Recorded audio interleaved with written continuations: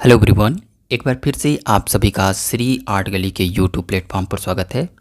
जितने भी TGT PGT नई भर्ती की तैयारी करने वाले आर्ट के स्टूडेंट हैं उनके लिए ये इन्फॉर्मेशन बहुत ही इम्पॉर्टेंट है। चाहे वो न्यू स्टूडेंट हैं या पुराने स्टूडेंट हैं, ध्यानपूर्वक आज के इस टॉपिक को कवर करेंगे। मैं आप सभी लोगों के बीच में आर्ट की योग्यता, पेपर में बदलाव, शिक्षा सेवा चयन आयोग के द्वारा जिस प्रकार से अपनी भर्ती में जो अपनी परीक्षा पैटर्न को लेकर जो आने वाली जो भी नियम होंगे उसको पहले से ही स्टूडेंटों के बीच में रखी जा रही है, जिससे जो भी स्टूडेंट हैं अपनी तैयारी को कंटिन्यू एक सकारात्मक वे के साथ अपनी तैयारी को कंटिन्यू करते रहें। और आप सभी लोगों को बताना चाहते हैं कि ये विज्ञापन बहुत जल्दी देखने को भी मिलेगा और इसकी परीक्षा भी बहुत जल्द होने वाली है। तो इसमें जो भी बदलाव हो रहे हैं वो शिक्षा सेवा चयन आयोग अपने बदलाव की शुरुआत कर चुका है और उसी के साथ एक नए अपडेट के साथ हम लोग आज की इस टॉपिक में कवर करेंगे कि आप लोगों को किन किन महत्वपूर्ण पॉइंटों पर ध्यान देना होगा। आइए हम लोग बढ़ते हैं विस्तृत विवरण के साथ। दोस्तों, आगे बढ़ने से पहले मैं आप सभी लोगों के बीच में जो भी टीजीटी भर्ती 2026 की विज्ञापन में जो टीजीटी कला में योग्यता में जो चेंजिंग की बातें हो रही हैं और इसमें नई भर्ती में अगर नई नियमावली लागू होती है तो बहुत सारे जो पुराने छात्र हैं वो भर्ती से बाहर हो सकते हैं। और उसी को ध्यान में रखते हुए जो पुराने छात्र हैं जो टीजीटी 2026 की वैकेंसी में अपनी भाग्य को आजमाना चाहते हैं तो अपने भिन्न भिन्न सोर्स के माध्यम से शासन प्रशासन तक अपनी बातों को पहुंचा रहे हैं और अपनी ओल्ड नियम अर्थात नियमावली के अनुसार भर्ती में एक मौके की जो पुकार है वो भिन्न भिन्न शासन स्तर पर पहुंचाने की कोशिश की जा रही है। उसी कड़ी में मैं जितने भी प्राविधिक कला के बच्चे हैं उनसे मैं एक सूचना देने की कोशिश कर रहा हूं जो मेरे तक सूचना पहुंची है।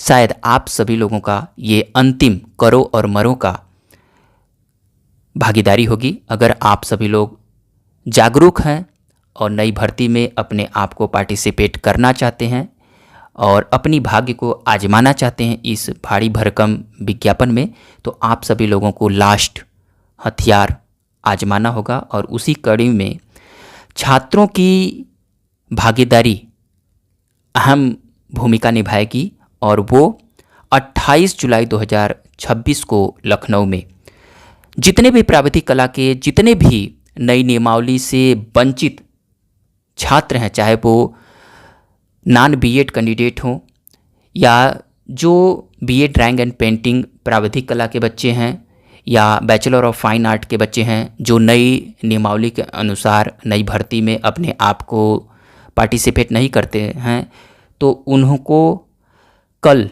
अर्थात 28 जुलाई 2026 को इस डेट को याद रखिएगा, जो मैं बार बार आप लोगों को रिपीट करा रहा हूँ। 28 जुलाई 2026 को लखनऊ में 11 बजे, याद रखेंगे 11 बजे शिक्षा निदेशालय पर अधिक से अधिक संख्या में पहुंचकर अपनी दमखम के साथ अपनी बातों को रखिए, समझाइए कि जो पुरानी नियमावली है उसी के अनुसार मुझे एक अवसर दीजिए और एकाबैग मेरी योग्यता में परिवर्तन से हम बहुत सारे बच्चे का अहित होगा। और जो हमारे उत्तर प्रदेश के यशस्वी मुख्यमंत्री योगी जी का एक स्लोगन है कि हम छात्रों के साथ अन्याय नहीं होने देंगे, तो आप सब उनसे मांग करिए कि पुराने छात्रों के साथ अन्याय न होना पड़े। और नई भर्ती में आप सभी लोगों को एक मौके की तलाश है, तो आप सभी लोग अपनी बातों को रख सकते हैं और इसमें सबसे महत्वपूर्ण भूमिका निभाएगी कला छात्रों की सक्रिय भूमिका। तो जितने अधिक से अधिक छात्र हैं आप सभी लोग इकट्ठा होइए कल 28 जुलाई 2026 लखनऊ में शिक्षा निदेशालय पर समय 11 बजे। मेरा दायित्व है आप सभी लोगों तक अवेयर करना। देखिए दोस्तों, आप सभी लोगों की टैग होती है कि सर आप उपस्थित होइए, तो हम लोग नहीं आ सकते हैं। हम लोगों की जिम्मेदारियां हैं, हम लोगों के कॉलेज हैं, तो हम लोग नहीं आ सकते हैं। बस आप सभी लोगों को अपनी एलिजिबिलिटी के अनुसार अपनी एग्ज़ाम में पार्टिसिपेट करना है। तो हम टीचर लोग आप सभी लोगों को एक नई उम्मीद दे सकते हैं और इसमें हम लोगों की बहुत बड़ी भूमिका नहीं होगी। जो हम लोग सच्चाई के साथ जो खड़े रहते हैं, बस हमारा पार्टिसिपेट वहीं तक है। जिम्मेदारी आप लोगों को निभानी है, ठीक है। तो आप सभी लोग कल 28 जुलाई 2026 को लखनऊ में 11 बजे पहुंचिए शिक्षा निदेशालय पर। अपनी बातों को बहुत ही जोरदार के साथ प्रस्तुत करिए और अगर इसका सकारात्मक पक्ष हुआ तो आप लोगों को भर्ती में शायद, मैंने बोला शायद, मौका मिल सकता है।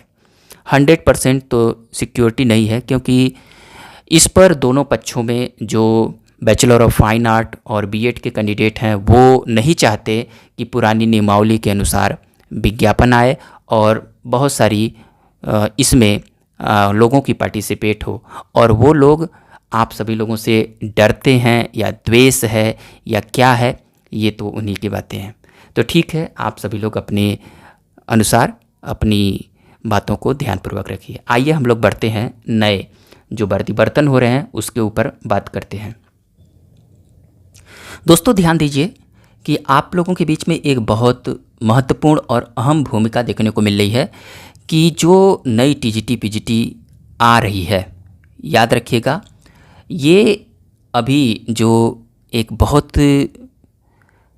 सूचना देखने को मिली है, जो टीजीटी पीजीटी 2022 की जो वैकेंसी थी उसमें आउट ऑफ सिलेबस जो प्रश्न पुटअप किए गए थे इंग्लिश सब्जेक्ट में, किसमें, इंग्लिश सब्जेक्ट में, लगभग यहाँ पर जो संख्या बताई जा रही है उसी को ध्यान में रखते हुए कोर्स के बाहर से प्रश्न पूछने वाले जो विशेषज्ञ जो होंगे अब होंगे डीबार, ये बातें कही जा रही है। अर्थात अच्छी बातें हैं, जिस सब्जेक्ट से आप लोग तैयारी कर रहे हैं उसी सब्जेक्ट से आप लोगों के प्रश्न आने चाहिए। ये महत्वपूर्ण भूमिका होनी चाहिए आयोग की। और अनियमितताएं देखने को मिली हैं 2022 में, जैसा कि बहुत ही एआई माध्यम से जो प्रश्नों की संख्या थी, और इसी से ये देखने को मिला कि बहुत सारे प्रश्न जो हैं वो आउट ऑफ सिलेबस भी देखने को मिले थे। और उसी को ध्यान में रखते हुए अब जो नई वैकेंसी आ रही है उसमें जो आप लोगों के सब्जेक्ट से ही प्रश्न पूछने की बातें यहाँ पर हो रही है। तो एक बहुत बड़ा बदलाव ये देखने को मिल रहा है। और अगर प्रश्न आउट ऑफ सिलेबस हैं तो जो विशेषज्ञ होंगे उस सब्जेक्ट के, उनको डिबार किया जाएगा। ये एक महत्वपूर्ण भूमिका हो सकती है।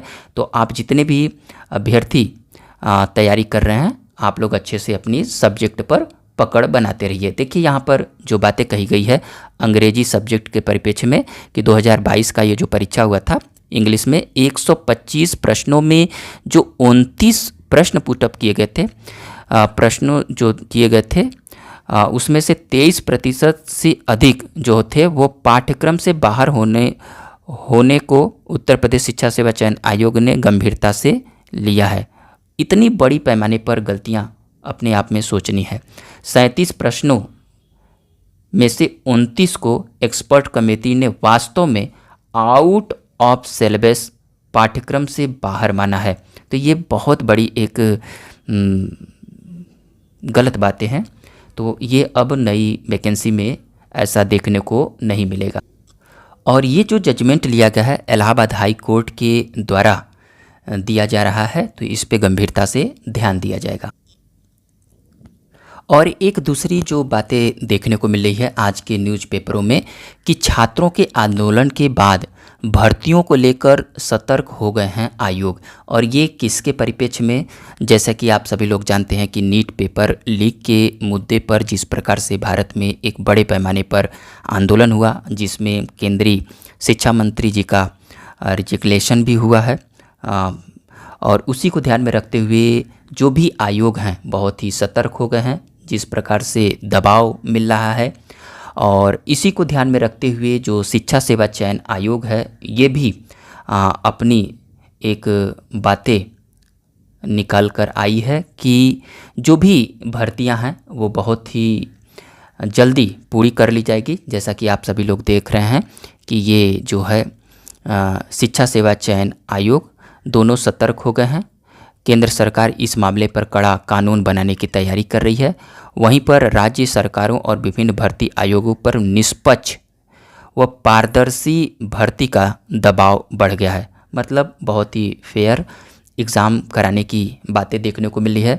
तो आप सभी लोग ध्यानपूर्वक पढ़ते रहिए।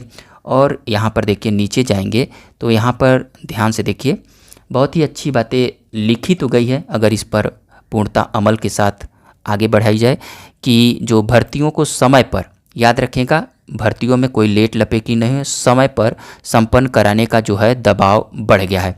सूत्रों के अनुसार एडेड महाविद्यालयों में जो ये रिक्त पद आए हैं अभी बहुत ही इम्पोर्टेंट है। और उसके बाद जो है ये प्रधानाचार्य और प्रधानाध्यापक जी के जो पद हैं, उसके बाद जो है टीजीटी पीजी और संलग्न प्राइमरी की यहाँ पे जो पदों की संख्या दी जा रही है, भर्तियों में निरंतरता ये जो आगे बढ़ती जा रही है उसको बहुत ही पारदर्शी ढंग से कराने की इस पर बात कही जा रही है।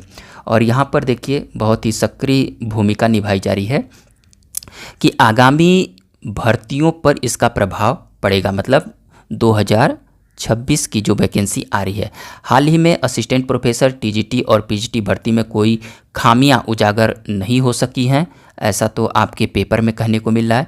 आयोग का लक्ष्य है कि भविष्य में ऐसी कोई घटना न हो, पारदर्शी और निष्पक्ष तरीके से भर्ती प्रक्रिया पूरी की जाएगी। समय पर, याद रखिएगा, समय पर भर्ती प्रक्रिया पूरी कराने की एक बड़ी चुनौती आयोग के सामने रखी गई है। ये बहुत ही अच्छी बात है कि लंबे समय बीत जाते हैं एग्ज़ाम होने में, जिससे स्टूडेंटों को बहुत ही निराशा और बहुत ही कठिनाइयों का सामना करना पड़ता है। तो अभी हम लोगों ने देखा कि जो भी असिस्टेंट प्रोफेसर की भर्ती आई है उसके एग्ज़ाम के जो हैं वो डेट भी दे दिए गए हैं। उसी प्रकार ऐसा उम्मीद है कि जो टीजीटी और पीजीटी की जो वैकेंसी आ रही है, आपके विज्ञापन में ही आप लोगों को एक एग्ज़ाम का डेट भी जारी कर दिया जाएगा। और ये एग्ज़ाम आप लोगों के बहुत ही जल्द कराने की संभावना है। तो जितने भी टीजीटी आर्ट के बच्चे हैं, जितने भी टीजीटी मेरे सब्जेक्ट के आर्ट के जो बच्चे हैं, वो अपनी तैयारी को कंटिन्यू करते रहिए, क्योंकि आपका एग्ज़ाम बहुत ही जल्द होने की संभावना है। और इसमें मैंने आप सभी लोगों को पहले ही अवगत कराया है कि आप लोगों के अगर भर्ती, याद रखिएगा, किसी प्रकार की कोई रोक टोक नहीं हुआ, तो अगर भर्ती बहुत जल्दी आ गई तो जिस प्रकार से अगर नियमावली में अगर थोड़ी बहुत चेंजिंग होती है तो कोई बात नहीं। तो इनकी परीक्षा पैटर्न में तो देखिएगा आप लोगों के 120 प्रश्न पुटअप किए जाएंगे, जो कि मैंने पिछली वीडियो में समझाने की कोशिश किया, जिसमें से 90 जो प्रश्न आप लोगों के आएंगे आपके सब्जेक्ट से आएंगे और 30 प्रश्न जो आएंगे वो जीएस के आएंगे। तो जीएस भी आप लोग अभी से पढ़ते रहिए, करेंट अफेयर्स से रिलेटेड क्वेश्चन अभी से तैयार करते रहिए और अपने सब्जेक्ट पर बहुत ही अच्छी तरीके से कमांड बनाते जाइए। और ये आप लोगों का पेपर पैटर्न होगा। निगेटिव मार्किंग की भी बातें कही जा रही है, 1/3, अर्थात अब तुक्के की बात नहीं होगी। और इस पर जो भी अमल होगी, मैं आगे जो भी नई नियमावली के अनुसार जो भी वैकेंसी आती है उसमें मैं आगे भी आप लोगों को सपोर्ट करता रहूँगा। अगर आप लोगों को टीजीटी आर्ट से इम्पॉर्टेंट पॉइंटें समझ में आती है तो इस चैनल पर बहुत सारे मेरी क्लासेस हैं, आप सभी लोग देखिए। और हम लोग बहुत ही जल्दी आगे की क्लासेस भी कंटिन्यू करते रहेंगे। और आप सभी लोग इस चैनल को पसंद आए तो प्लीज़ लाइक करिएगा, सब्सक्राइब करिएगा, और वीडियो पसंद आए तो प्लीज़ हाइप का बटन दबाइए और अधिक से अधिक दोस्तों में शेयर करिए। हम लोग एक नेक्स्ट टॉपिक में मिलेंगे, तब तक के लिए थैंक यू दोस्तों।